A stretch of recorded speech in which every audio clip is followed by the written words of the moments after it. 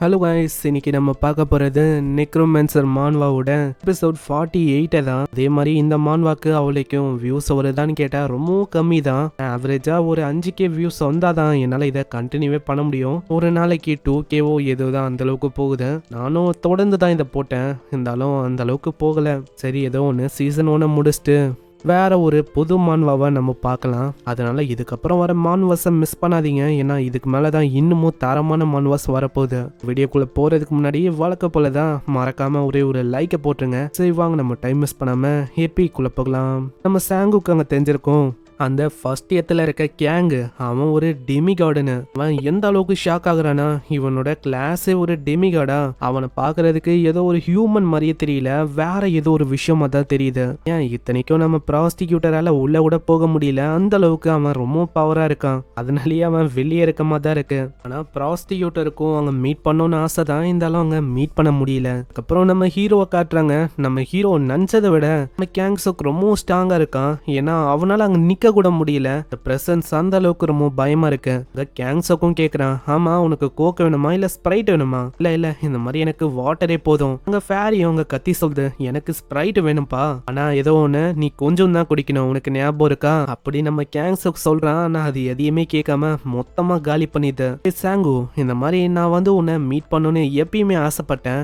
நீ தான் இந்த கொரியன் சர்வரோட மிகப்பெரிய ஸ்டாரா இருக்கல. அப்புறம் தான் நம்ம சாங்கு அவன் கையில இருக்க அந்த பொருள்லாம் பார்ப்பான். அதெல்லாம் பார்க்கும் போதே அவனுக்கு தெரியுது அதெல்லாம் ரொம்ப ஹை கிரேடான ஐட்டம்ஸ்னு. அதே மாதிரி நம்ம சாங்குவும் சும்மா இல்ல, அவன் கிட்ட இருக்கிற அந்த ஐட்டம் இதுவும் ஆர்டினரி அந்த இல்ல. ஏய் சாங்கு, ரொம்ப நன்றி, எவ்வளவு பிஸியா இருந்தோம் என்ன நீ பாக்குறதுக்காக வந்திருக்க. அதே மாதிரி அந்த எஹிடோ ஐலாண்டோட பேட்டில பார்த்து நான் ரொம்ப இம்ப்ரெஸ் ஆனேன். ஈவன் இந்த பட்டர்ஃப்ளை இதுவே இம்ப்ரெஸ் ஆச்சுன்னா பாத்துக்கோ. ஆமா இவனுக்கு பேரை வைக்க தெரியாது, எப்பயுமே தப்பா பேரை வச்சிருப்பான். நான் சாங்கு, உண்மையா சொன்னா உங்களோட ஃபைட் ரொம்ப நல்லா இருக்கு. உங்களால அந்த ட்ரேக் மாஸ்டரை எனக்கு ரைட் பண்ண தர முடியுமா? அப்புறமா சாங்கும் கேக்குறான், ஆமா இந்த பட்டர்ஃப்ளை இருக்குல்ல, இது வந்து என்ன ஏதாச்சும் ஐட்டமா? ஆமா, இது வந்து ஒரு ஐட்டம் தான். இதை கேட்ட அந்த பட்டர்ஃப்ளை இன்னமும் கடுப்பாகுது. அங்க இப்பதான் அந்த ஐட்டமை பத்தி அவன் சொல்றான். இது ஒரு கேம்ல பேஸ் பண்ண ஒரு ஐட்டம் தான். இதுக்கு கேக்கோ இல்ல ஸ்ப்ரைட்டோ தந்தா இது வந்து ரொம்ப சந்தோஷப்படும். அதை பார்க்கும்போது எனக்கும் ரொம்ப ப்ரௌடா ஃபீல் ஆகும். இதனால டிப்ரெஷன் அது வந்து தடுக்கிறதுக்கு ஒரு சிறந்த ஐட்டமா இது இருக்கும். ஆனா இன்னமும் அது பயங்கரமா கத்தின்னு இருக்கு. ஆமா, நீ வந்து என்ன பேசின்னு இருக்க, நான் வந்து எவ்வளவு நாளா உன் கூட இருக்கேன்னு தெரியுமா? ஒண்டி இல்லைன்னா அவ்வளவுதான், நீ தனியாவே என்ன ஆயிருப்பேன்னு தெரியுமா? இப்ப புரியுதா சாங்கு? இதுக்காக தான் நான் சொன்னேன், இதனால டிப்ரெஷன் அது அவ்வளவு சீக்கிரத்துல வராது. சாங்கு டைரக்டா பாயிண்ட்டுக்கே வரான். ஆமா, இந்த கொரியாவோட தலைவிதியை மாறப்போகுதுன்னு ஏதோ ஒரு விஷயத்துக்காக நீ வந்தல, அது என்னது? அதை நான் எக்ஸ்பிளைன் பண்றதுக்கு முன்னாடி நீயே அதை பார்த்தா நல்லா இருக்கும். ஏன்னா நான் வந்து ரீசெண்டா தான் நான் இதை அக்யூர் பண்ணேன். அதுவும் ஒரு ப்ராஃபசி ஸ்டோன் தான். அதுல இருக்க பேட் எடிங்க தெரியாதனமா இவன் பார்த்திருப்பான். அதுல ஒரு லிச்சம் வேர்ல்டு ட்ரீயும் தான் இருந்திருக்கும். அது கூடவே இந்த டீமன்ஸோட டோரு இது ஓப்பன் ஆயிடுச்சு. அதை கிளியர் பண்றதுக்கான ரெக்கமெண்டட் லெவல் 27. ஒரு குழுவோட பார்ட்டி லெவலா இருக்கணும். இப்ப என்னால அதை தனியாவே பண்ண முடியும். ஆனா அங்க பார்ட்டின்னு சொல்லும் போது தான் எனக்கு பிரச்சனையே ஸ்டார்ட் ஆகுது. இதை பத்தி நான் எக்ஸ்பிளைன் பண்றதுக்கு முன்னாடி அதை நீயே பார்த்துட்டா உனக்கே அது தெரியும். அங்க சாங்குவும் தொடுறானா, நம்ம சாங்கு தொட்ட செகண்டே ஒரு நோட்டிபிகேஷன் வருது. நீங்க கொரியன் சர்வரோட 15th பேட் எடிங்க இப்ப பார்க்க போறீங்க. இந்த இடத்துல நம்ம சாங்கு திரும்பவும் ஏதோ ஒரு டார்க்கான ஏரியாக்கு வரான். அந்த இடமே அப்படியே கருப்பா இருக்கு. இந்த இடத்துல திடீர்னு ஒரு ஒளி வருது. இந்த சைடு நம்ம கேங் சோக்க காட்டுறாங்க. ஒரு மாஸ்டர் அழைச்சவனே அவன் முன்னாடி ஒரு ப்ராஃபசி ஸ்டோன் இருக்கு. அதை அவன் தொடலான்னு போறான். ஆனா அதுக்குள்ள அது வானத்துக்கு போய் அதுவே ஒரு ஹெல் கேட்டா மாதிரி மேல ஒரு லெவல் 1க்கான ஹெல் கேட் அது தன்னால ஓபன் ஆகுது. அந்த கேட்டுகளுக்கும் லெவல்னு ஒண்ணு இருக்கு, அது 2 பக்கம் ஓபன் ஆகுது. அதுல இருந்து நிறையவே ஃபயரி மாஸ்டர்ஸும் வெளியில வர ஆரம்பிக்குது. ஒன்னும் ஃபிளேமை வச்சு தாக்க ஆரம்பிக்க அந்த இடமும் அப்படியே நெருப்பால பத்திக்கு நெறியுது. நம்ம ஹீரோக்கும் ஒரு கொஸ்ட் வந்து அங்க கிடைக்குது. என்னன்னா இப்போ அந்த ஹெல் மூவிங் ஆர்மஸை இவன் தடுத்தாகணும், இல்லைன்னா அவ்வளவுதான் ஃபியூச்சர்ல இது மொத்த உலகத்தையும் அப்சர்வ் பண்ணி இன்னமும் ஸ்ட்ராங்கான ஃபயரி ஃபிளேம்ஸை வெளிவிடும். என்ன சாங்கோ, இந்த மாதிரி பாத்தியா நீ? நான் பார்த்தேன். இப்போ உனக்கு புரிஞ்சிருக்கும்னு நினைக்கிறேன். இந்த லேண்டை எப்படியாச்சும் இந்த கேம் டிஸ்ட்ராய் பண்ணலான்னு பாக்குது. எனக்கு எந்த விதமான மாஸ்டர்ஸ் வந்தாலும் என்னால அதை அசால்ட்டாவே டீல் பண்ண முடியும். ஆனா இப்ப என்ன பிரச்சனைனா, அந்த ஃபயரி ஹெல் ஆர்மர் இதுங்க 2 இருக்கு. ரெண்டுமே ஒரு திசையில மூவ் பண்ணுது.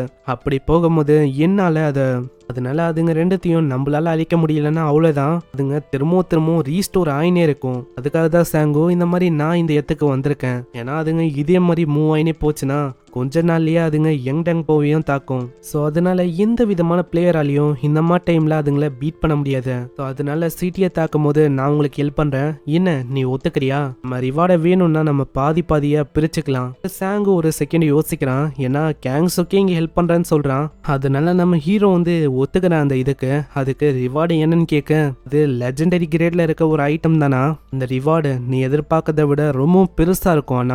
ஆனா ஐட்டம் வந்து ஒன்று தானே இருக்கும். ஆமா, ஐட்டம் ஒன்று தான் இருக்கும், நம்மள யாராச்சும் தான் வச்சுக்கிற மாதிரியும் இருக்கும். அதனால ஏன் நம்ம ஒரு கேமை விளையாடக்கூடாது? அதுக்காக அப்படி நீ கான்ஃபிடென்ட்டா இருந்தா உன்னால அதுல ஜெயிக்க முடியும். அங்க இப்படி இவன் சொல்லும் போதே நம்ம ஹீரோக்கு நல்லாவே புரியுது இவன் என்ன மைண்ட் செட்டோட இருக்கான்னு.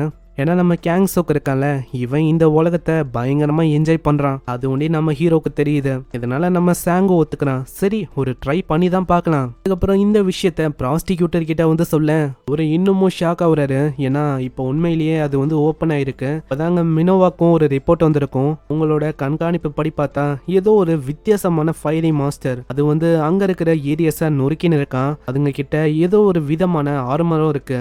பார்க்கும் போதே அவங்களுக்கு தெரியுது இது அதே மாஸ்டர் தானே. இந்த விஷயமும் இப்போ நடக்க ஆரம்பிச்சிச்சு. இந்த சைடு அது போன இடம்லாம் இருக்குல்ல, அது பார்த்தா ஒரு மாதிரி பத்தி நெறியுது. அந்த இடத்துல எதுவுமே மிஞ்சல, இருக்கிறது எல்லாமே கருகி போயிருக்கு. இடத்தையும் நம்மளால ஒண்ணுமே பயன்படுத்த முடியாது. இதே மாதிரி போற போக்க பார்த்தா கண்டிப்பா அது நம்ம யங் டங் போஸ்ட் ஸ்டேஷனுக்கு தான் வரும்னு நினைக்கிறேன். அதனால நம்மளுக்கும் வேற வழியில நம்மளும் தடுக்கணும்னு நினைக்கிறேன். ஏன்னா இப்போ அதோட மூவ்மெண்ட்டை அவங்களால ப்ரெடிக்ட் பண்ண முடியல. அது எப்போ எங்கல இருந்து வரணும் தெரியாது. ஃபர்ஸ்ட் நம்ம பைரட்ஸுங்க கிட்ட டீல் பண்ற மாதிரி ஆச்சு. ஆனா இப்போ என்னன்னா இந்த ஹெல்ல இருந்து வந்த இந்த மாஸ்டருங்க இதுங்க கூட டீல் பண்ற மாதிரி ஆகுது. ஏதோ ஒண்ணு, இதனால தான் எனக்கு வேற வழி இல்ல அந்த ஃபர்ஸ்ட் ரேங்க்ல இருக்க கேங்ஸோக்கு அவன் கூட நான் கோஆப்ரேட் பண்ற மாதிரி ஆயிடுச்சு. ப்ராஸ்டிக்யூட்டரு என்னாலையும் இங்க இருக்க முடியாது. நான் எவ்வளோ அதுங்களா அப்படியே நீ வெறியோ அந்த அளவுக்கு அதுங்க ரொம்ப ஸ்ட்ராங் ஆகும். அதனால நான் இங்கிலேருந்து போயாகணும். கண்டிப்பா நீங்க வந்து போங்க, இங்க இருக்கிற மற்ற விஷயங்களை நான் பாத்துக்கிறேன். இங்க இருக்கிற மற்றவங்களை நான் ஃபர்ஸ்ட் எவாக்குவேட் பண்ணணும், இல்லைன்னா அதுவே ஒரு பிரச்சனையா இருக்கும். ஒரு சைடு ப்ராஸ்டிக்யூட்டருக்கு ரொம்ப கடுப்பா இருக்கு. நான் அவருக்கும் அங்க போய் சண்டை போடணும்னு ஆசை தான், இதெல்லாம் அவரால் முடியல.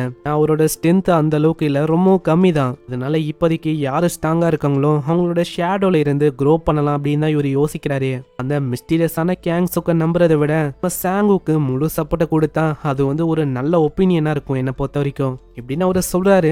இங்கே இந்த சீசன் 1 முடியுது. சீசன் 2ல என்ன ஆகும்னா அந்த ஹெல்லோட அந்த கேட்டு அது ரெண்டு பக்கமும் ஓப்பன் ஆயிருக்கு.